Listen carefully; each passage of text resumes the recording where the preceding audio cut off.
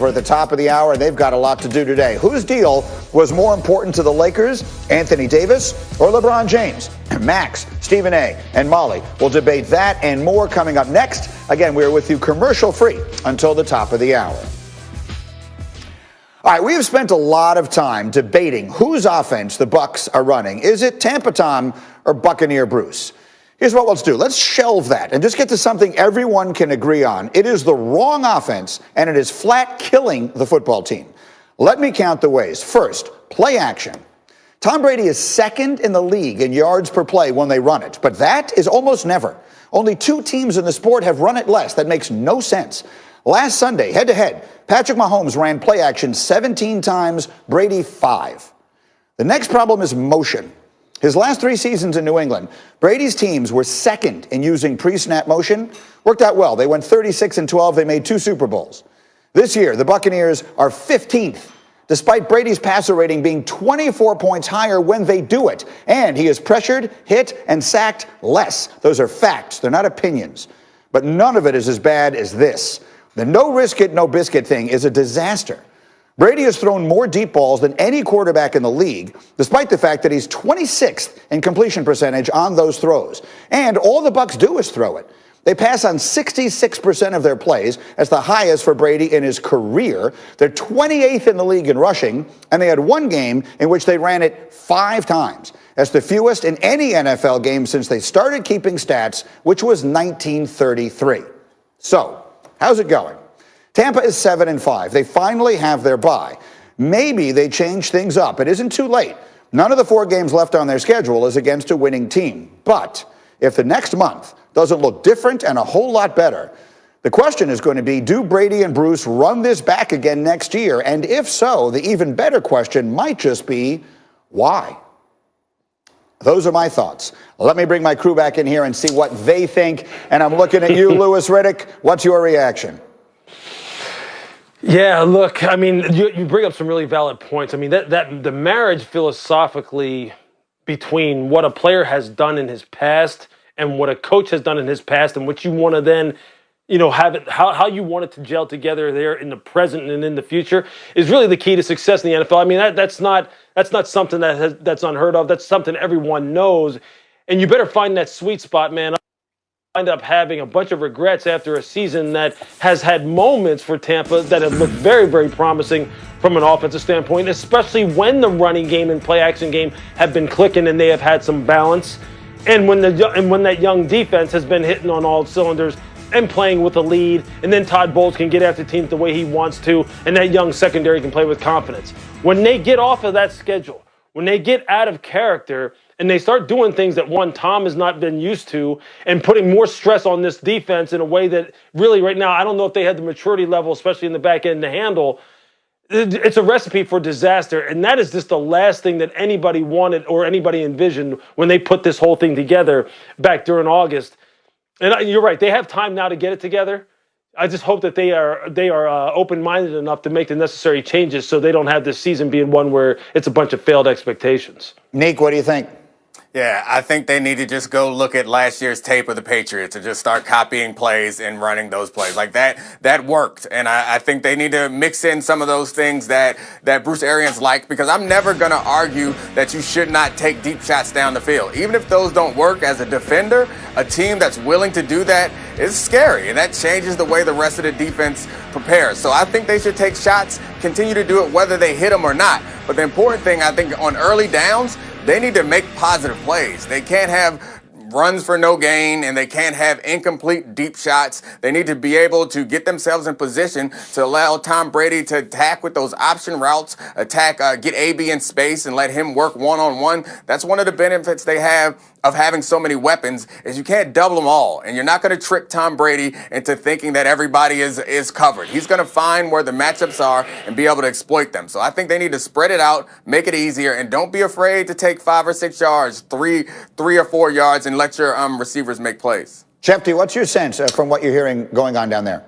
Well, listen, this story still is being written, and appreciate all the points that everybody's made here. But the fact of the matter is we're just after Thanksgiving here, and this is where Tampa Bay will either win games with the easy schedule and quiet some of this conversation, or it will lose more and invite more of this conversation. And if it's a disappointing end to a season that had a lot of hopes and a lot of expectations and a lot of people thinking and believing that this team could represent the NFC in the Super Bowl, then again, it's time to think about what this team needs to do to adjust moving forward. But I still think that it's a little early to figure out exactly what's going on. I think that they need to use this bye to tighten up some of those issues, make some of those corrections, and correct those mistakes going forward. But it's still early for this Tampa team. If this team can make that type of extended postseason run, then it'll quiet a lot of this talk. And it makes sense. And look, some things are excuses and other things are reasons. They didn't have an offseason. They didn't have a preseason. It has been a truncated plan, and now they haven't had a bye until all this way. Those things do contribute, Dominique. I see your face. They contribute sometimes they don't get trophies for that. They don't get trophies for that. So, yeah. I mean, I understand that those are reasons, and that's fine. But when you go down to Tampa Bay and you bring in all these star players, you bring in an aging quarterback, the point is to win a Super Bowl. So 15 years from now, when we look back at the 2020 season, no one is going to care about all these excuses. They're going to look and see who won the Super Bowl and who didn't. And it seems like the Bucs are headed in a direction of being one of the teams that didn't. Go ahead, Lewis. Grady, let me add on to that. Look, I think I disagree with Adam a little bit in this regard. They're running out of time. We're in December now. So they don't have much more time to figure it out. They need to make sure that they really utilize this bye week to go ahead and self-scout and figure out a few things, because it's not just good enough to win games here down the stretch. What Tampa needs to do is establish who they are going to be, provided that they get into the postseason, and how they want to play. So if you come out and you beat some inferior teams from a personnel standpoint by throwing the ball 55 times, that to me, that's just not good enough, because that's not who they need to be once they get to the playoffs. They got to really establish their identity on offense, which means going back to what Tom is most comfortable with. So when he gets into it, when the rubber meets the road, as Mike Tomlin likes to say, they know exactly what they're going to do. So I think this next month is critical. But Lou, your point right there is exactly right. They need to do what Tom is comfortable with. And all those long balls, that seems like it's typical of Bruce Arians' coach teams and not the way that Tom Brady's played. So I don't know. If Tom's comfortable with that, then keep doing it. But whatever he's comfortable with, tailor the game to him, make him as comfortable as possible, and give themselves the best chance to win moving forward. That's what has seemed to make sense to me. Their last 4 games, by the way, after this bye, they get the Vikings, then at the Falcons, then at the Lions, and then home to the Falcons. So not a winning team left, as I mentioned, on the schedule. We'll see if they can pull it together. Okay, let's go on the clock, guys, as we have more time here to finish up. And Lewis, you're first up. The Seahawks beat the Eagles on Monday night. You had the call of that game. So here's my question, 30 seconds on the clock. Is Seattle a Super Bowl contender in your mind? Go.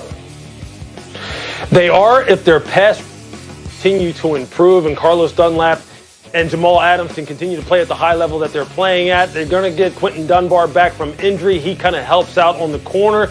The defense really is the key for them. If they can continue to improve based upon what I saw Monday night, then yeah, definitely, because you know Russ is going to be there. The combination of the running game and the passing game is going to be there, but it's going to be all about the defense. If they can slow people down, they can score with anyone. So yeah, as long as they do that, they'll be right in the thick of things in the NFC. Sets up a fascinating finish for their season as well. Schefter, you're next up. The most important player in the NFC East race might just be Daniel Jones, but there are significant concerns there. What can you tell us? 30 seconds on the clock.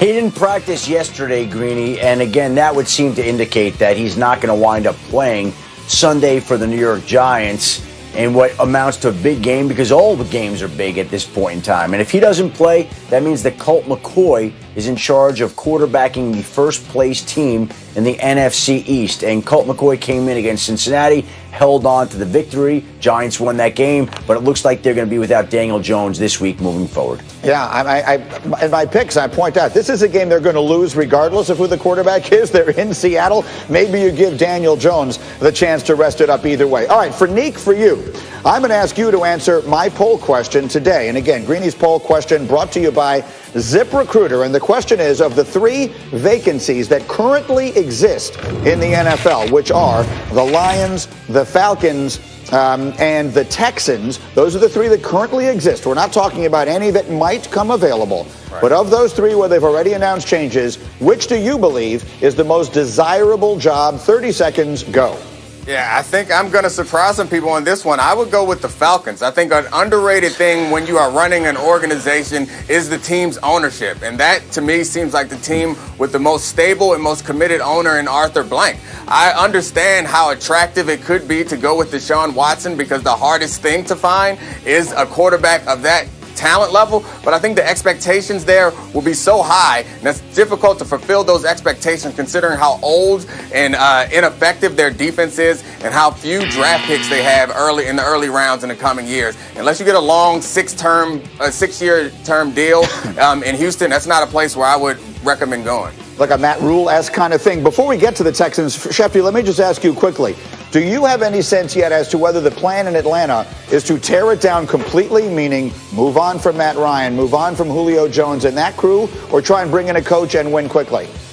Well, I think first and foremost, Raheem Morris is stating his case to stay on as the head coach. And number two, they said they're going to leave that decision to the next head coach and GM. But it's going to be tough to move on from Matt Ryan after the season contractually. Looks like they have him for at least one more year.